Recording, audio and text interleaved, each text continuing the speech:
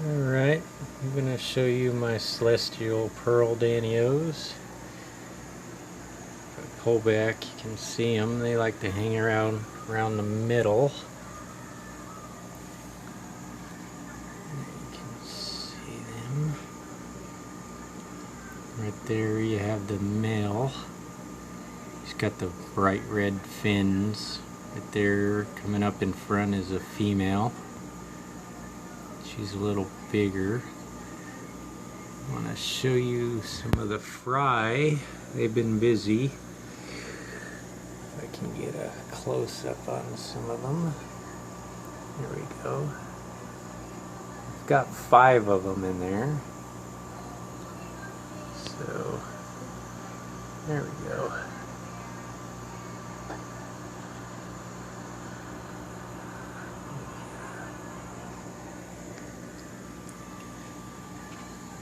And there with them, I've got some Phoenix rasboras,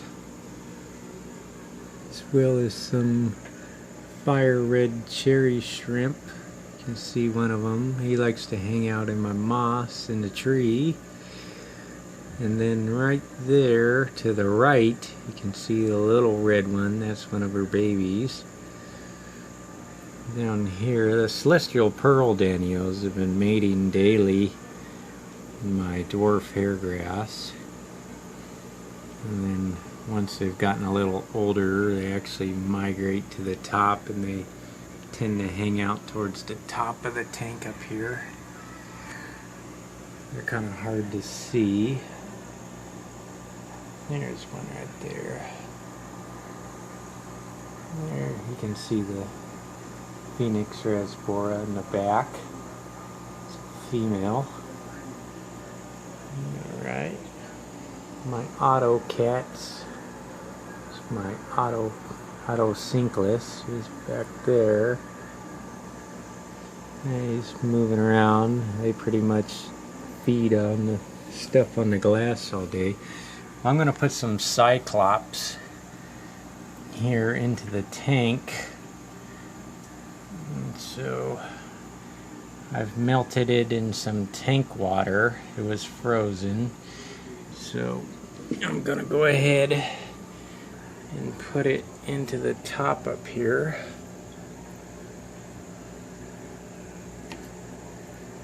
And then we'll see in the background.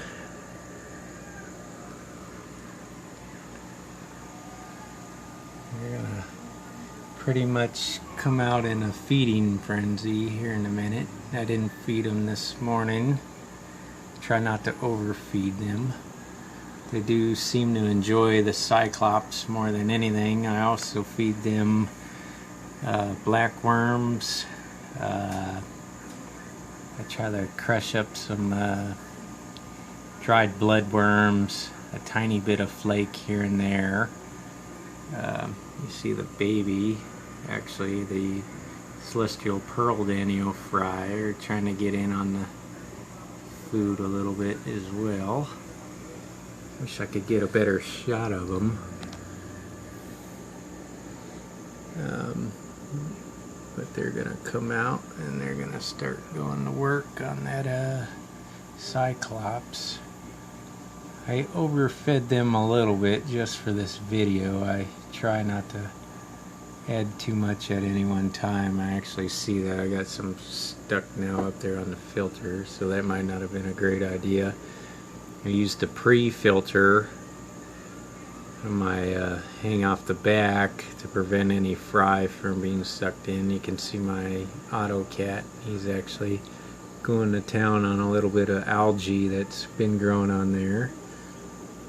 Of course, my rasboras, my Phoenix rasboras, they love the Cyclops as well. Actually scaring them a little bit, so I'm going to turn off the light. That way they come out a little more. By the looks of it, I think I've only got 2 males out of all my, I've got 8 full-grown Celeatial Pearl Danios, or Galaxy rasboras, whatever you'd like to call them. My fire red. Just gonna find some of that cyclops as well. This right there is my male Phoenix rasbora. Hopefully I can get there you go. You can see the brighter red. He's got much better coloration than the females, just like the Celeatial Pearl Danios. But I'd like to get a picture of my pride and joy, my CPD. I think there's that him. That's my less vividly colored male. Where is that guy? Actually, what I've noticed with my Celeatial Pearl Danio male is that actually they go down in this grass down here and they mate, and then there he is. There he is. That's my pride and joy right there. He's got the bright red color on the fins. He's a beautiful specimen right there. But he actually seems to protect the area after they've mated. So sometimes he'll hang around in the dwarf hair grass or above it, and then he will actually guard the area and chase the females away, which is interesting, you know. Maybe it's actually worked. At this time I actually have 5 fry up here at the top of the tank. Only once have I witnessed a female Pearl Danio actually chase one. It's a quick chase, didn't hurt the fry. However, you know, just the fact that I've got 5 of them up there alive, it's kind of a testament that, you know, they're at least not eating all of them, if they have eaten any of them. I imagine they might have, but I've tried not to keep anything in here that's going to eat the species of another one. I'm sure that the Pearl Danios would eat any of the fry from the Phoenix rasboras if it's small enough. The auto cats are definitely not. They're getting camera shy. They're definitely not going to eat fry. The shrimp that I got in here, the fire reds, they would more than likely eat eggs if they found them. The thing about fire reds is that they tend to hang out in the bushes. Right here you can actually see a baby fire red. See if that adjusts. See if I can zoom in on that. I'm getting some distortion there, but I actually have 5 or 6 shrimpets right there. Unfortunately, I can just, it's not wanting to focus right there. Let me see if I put it on the glass, if it'll actually focus here. Doesn't look like it wants to cooperate that well, but you can see the faint red image in there in the middle of the picture. Here's actually another one right here. Actually, I'm going to be able to get a little bit of a better shot on this one. Hopefully. Might be too close. So, there you go. Alright. Camera's auto adjust actually works. Let's see if I can actually, see if I can zoom in on that. Let's see. Oh, there we go. Alright. Not a real high grade there by the looks of it. It's probably more than likely that is a male. He is going into the grass. Maybe he's getting some Celeatial Pearl Danio eggs there, I don't know. And there's another one from this angle. I can't see if that's a male or female. That looks like that would probably be, it could be a male. I don't know. There we go. Yeah, female. Alright, she's got a nice red bright color. Back to the Celeatial Pearl Danios. And then I got some, as far as plants, I have some Hygrophila Corymbosa stricta, and then I got the bigger species in the back. It's made an excellent background plant, as you can see. The Lobelia cardinalis. That's in front of the Hygrophila. Over here I've got a nice sword. That one's been a little crowded, just simply because it's such a big plant to begin with, but it's been growing like a weed. The dwarf hairgrass, of course. Actually glued some of the Java fern. Here, let me see if I can just get an adjustment on that. I glued that down there at the base to the bogwood. That's worked out, and I've actually done the same thing with the Anubias nana. You can actually see that right there, and the roots coming off there. I trimmed those down and glued it on there as well. That's actually worked fairly well. As far as my Java moss up here, you can actually see that it's been growing on my bogwood fairly well. But I actually didn't even strap that on. My water flow is moderate. It hasn't knocked it off.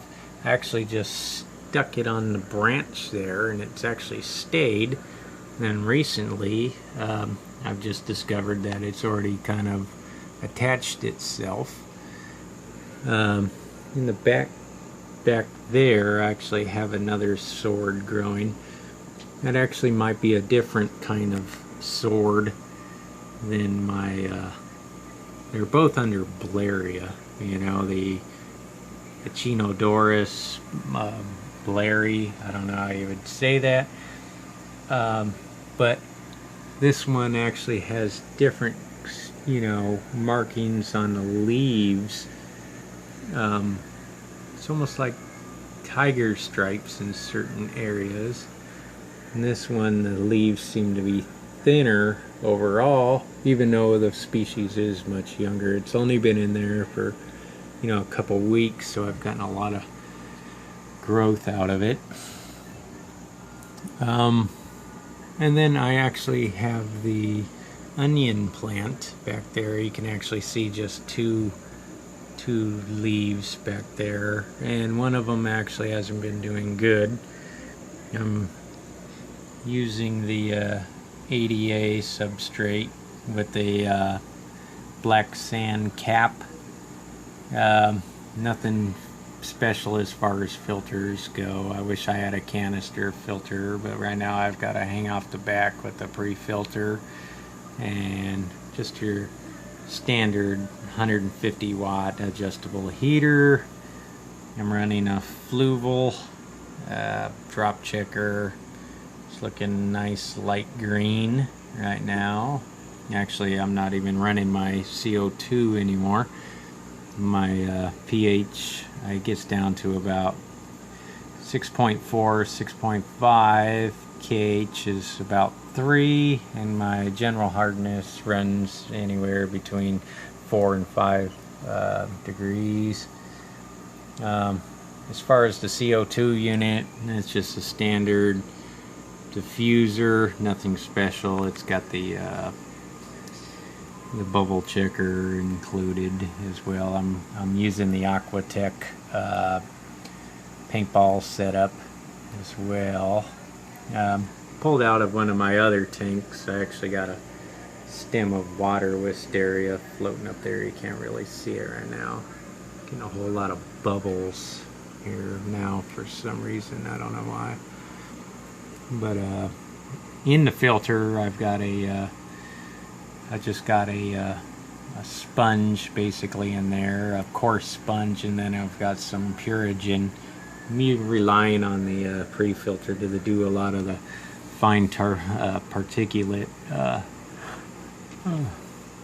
suction, but I gotta clean that every week or it's gonna get clogged. You see my auto cats on the back. Anyway, there's my Phoenix rasboras. They're grouping up right there. Well fed right now, I imagine. Here we got another big fire red in the back. My CPDs, they're shy, but if you just stand back a couple feet, they come out and they play and they chase and they have a pretty good time. So anyway, I really made this video because I'm really excited that I've been getting not only, you know, shrimp babies, but that I successfully got the, you know, the CPDs to breed. And I'm happy. I've been doing about 25% water changes twice a week. I'd rather do the water changes twice a week since I got such a tall tank. It is a 25 gallon. It's actually easier for me to change it twice a week instead of do half the tank, you know, which is kind of a pain to get 50%, but I do the EL dosing with mostly the CChem stuff, even though I'd like to change eventually to the GLA stuff because of, you know, it's more cost effective. But anyway, hope you enjoyed this.